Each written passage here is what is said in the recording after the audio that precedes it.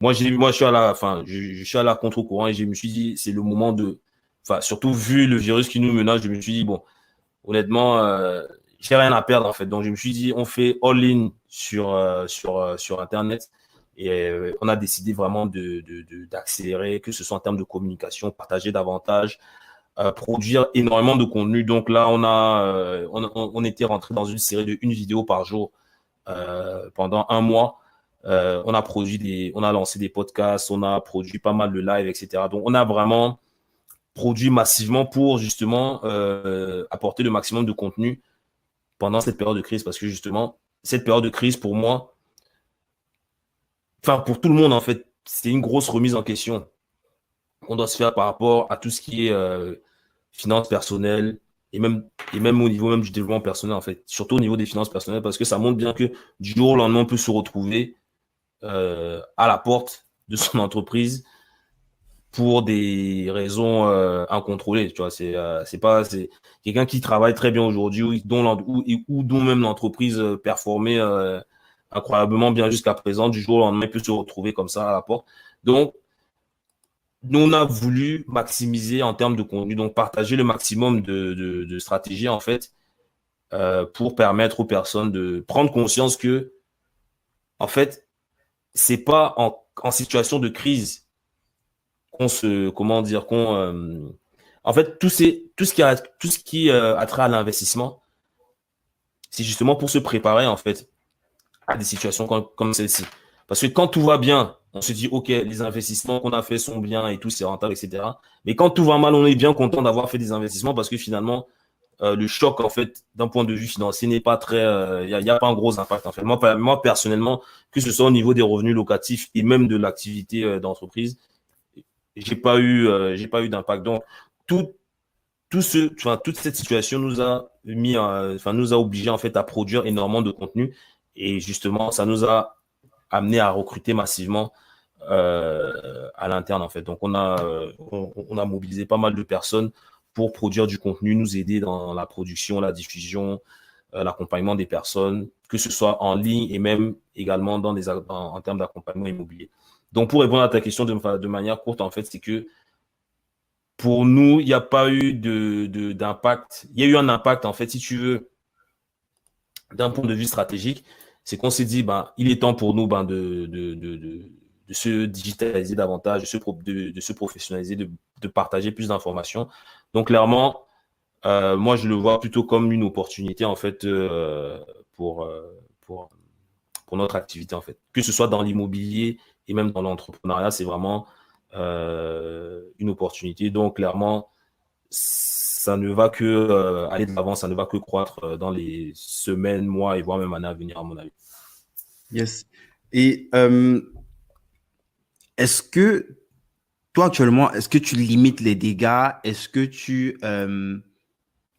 fais de la croissance? On a plein de plateformes, surtout dans le SaaS, qui ont vu le chiffre se multiplier par 20, par 20 en quelques jours. On prend Mhm. l'exemple de Zoom, par exemple, qui avait, je crois, environ 200 millions de users, et là, il se retrouve avec 20 fois plus de users. Clairement. Ouais, donc, est-ce que pour toi, tu es dans cette typologie de situation-là, ou alors tu limites les dégâts, tu évites de mettre tes collaborateurs en chômage partiel? C'est quoi exactement ta stratégie si, comme ça sonne crise, c'est quoi, comment est-ce que toi tu vis la crise de façon financière, quoi? Je veux dire concrètement, est-ce que tu as vu une fracture au niveau de ton chiffre d'affaires? Est-ce que ça se limite? Est-ce que c'est quoi à peu près? Sans forcément rentrer dans les Mhm. détails, mais histoire de Bah, donner un ordre. pour te donner un feedback, en fait, en termes de, par exemple, entre le mois de février, entre le mois d'avril, ouais, c'est ça, entre le mois de mars et le mois d'avril, on a une croissance de 153%. What? 153%, ouais. Ah, sur Internet, hein, je te dis. Pas en immobilier, bien évidemment. Je lui ai dit, mais comment tu as fait les expressions? Ouais, Je parle sur Internet. En termes de, ouais, par rapport ouais, à de l'activité que tu l'activité sur exerces. Internet, c'est 153% de croissance. Donc, en termes de visibilité, en termes de tout, en fait. Donc, clairement, donc, en termes de finances, bien évidemment, ça a progressé. Mais justement,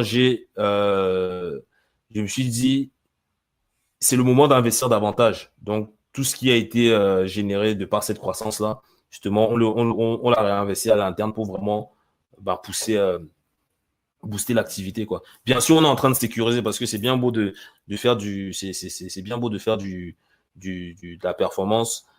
Ben, on a sécurisé via des investissements. Justement, je suis en train de réinvestir en immobilier, on est en train d'investir dans d'autres types de placements.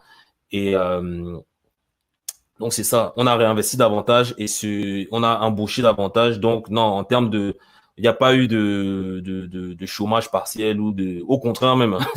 Je pense qu'on est pas mal occupé. On est pas mal occupé. Donc, non, au contraire, là, je pense que le nombre d'heures a augmenté. Tout le monde a été augmenté en termes d'heures. Il y a même eu des augmentations en termes de rémunération aussi. Donc, vraiment pour à la fois comment dire, rassurer les collaborateurs et à la fois, voilà, on est tous dans cette mouvance en fait de croissance en fait. Donc ça se ressent sur le plan financier, même sur le plan personnel, parce que du coup, la personne qui se dit, ok, je suis dans une entreprise qui croît, j'ai mon revenu qui augmente, la personne voit l'opportunité devant nous, donc elle est plus que motivée. Donc non, à ce niveau-là, vraiment, il y a eu une bonne croissance entre le mois de mars et avril, pardon. Yes. Je te propose, avant qu'on continue, qu'on check un petit peu les questions. Il y a une question de Heinz ouais. qui dit Flo. Attends, comme ça, je partage pour que les gens. Voilà. Donc, Florian, dis-moi s'il te plaît, quand tu as fait ta première acquisition, louais-tu parallèlement un autre appartement ou alors tu vivais aussi dans l'appartement? Vaste question. Yes. Alors, ma première acquisition, ma première acquisition, c'était 2 places de parking que j'ai revendues. Donc, c'était juste pour me faire de l'argent. Donc, c'était pas réellement, pour moi, c'était un petit investissement. Maintenant, ma première acquisition en termes de logement, j'y ai habité pendant 9 mois et en parallèle, j'ai investi. En parallèle, j'ai investi. Ce que je ne te recommande pas parce que du coup, ça a failli me freiner en fait, le fait d'avoir acheté ma résidence principale avant d'investir en fait. Donc, lorsque j'ai fait ma première acquisition, en achetant ma résidence principale, j'étais locataire, j'ai habité dedans. Bon, après, j'ai compris que en fait, c'est l'immobilier qui marche. J'ai continué à acheter de l'immobilier à côté, tout en habitant dedans, mais financièrement, c'était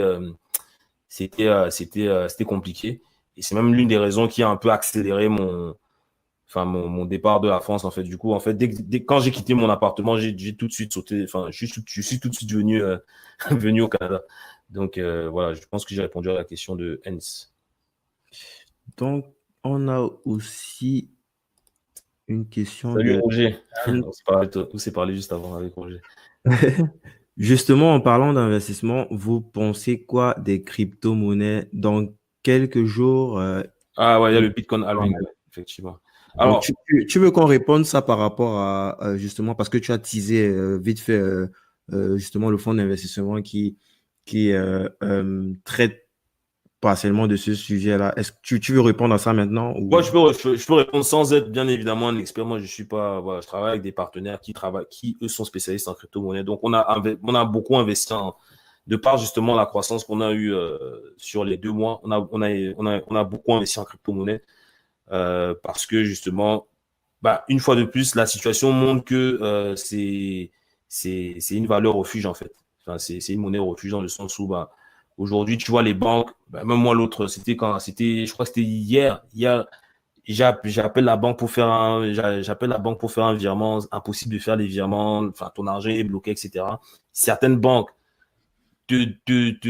comment dire, tout le montant qui est au-dessus de 100 000 dollars, il est gelé. Enfin voilà, en cas de crise, les banques peuvent venir se servir dans ton compte d'épargne au-delà de 100 000 dollars, au-delà de 100 000 dollars ou 100 000 euros. Donc les gens ils comprennent ça. Il y a des banques, on dit également que une, une banque sur 3 peut faire faillite. Donc les gens comprennent que c'est pas sûr. En tout cas, moi j'ai toujours dit, je le dirais toujours, l'argent n'a rien à faire sur un compte bancaire entre guillemets. Le compte bancaire c'est fait pour recevoir de l'argent, c'est pas fait pour épargner de l'argent. L'épargne il doit être investi pour générer des revenus passifs. Donc clairement, les gens, vu que les gens ils commencent à comprendre ça, il y a beaucoup d'investissements qui se font au niveau d'autres. Il y a beaucoup d'investissements qui se font dans l'or, il y a l'or, le vin et notamment et également même les crypto-monnaies. Et vu qu'il y aura le Bitcoin halving là, donc je crois qu'ils ont prévu je crois que c'est réduire ou stopper le nombre de Bitcoin. Donc forcément, il y aura il y aura moins de, C'était 17, non, si je ne m'abuse. Je me rappelle. je sais plus, je sais plus. En tout C'était cas, un chiffre vraiment très, très réduit. ouais, Peut-être que s'il y a des gens qui connaissent exactement le nombre, ils peuvent voilà. me laisser en Donc commentaire. voilà, tout le monde, enfin, logiquement, enfin, c'est toujours la loi de l'offre et de la demande. Dans le cours, il va augmenter.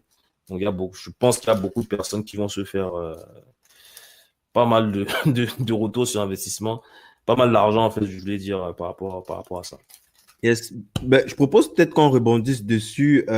Ils ont parlé de Bitcoin et tu as aussi teasé justement Global Capital Management qui est ton autre entreprise, ton autre fonds d'investissement. Est-ce que peut-être on peut rentrer dans le détail? Déjà, c'est depuis combien de temps que tu as lancé cette nouvelle activité? C'est depuis juillet, c'est depuis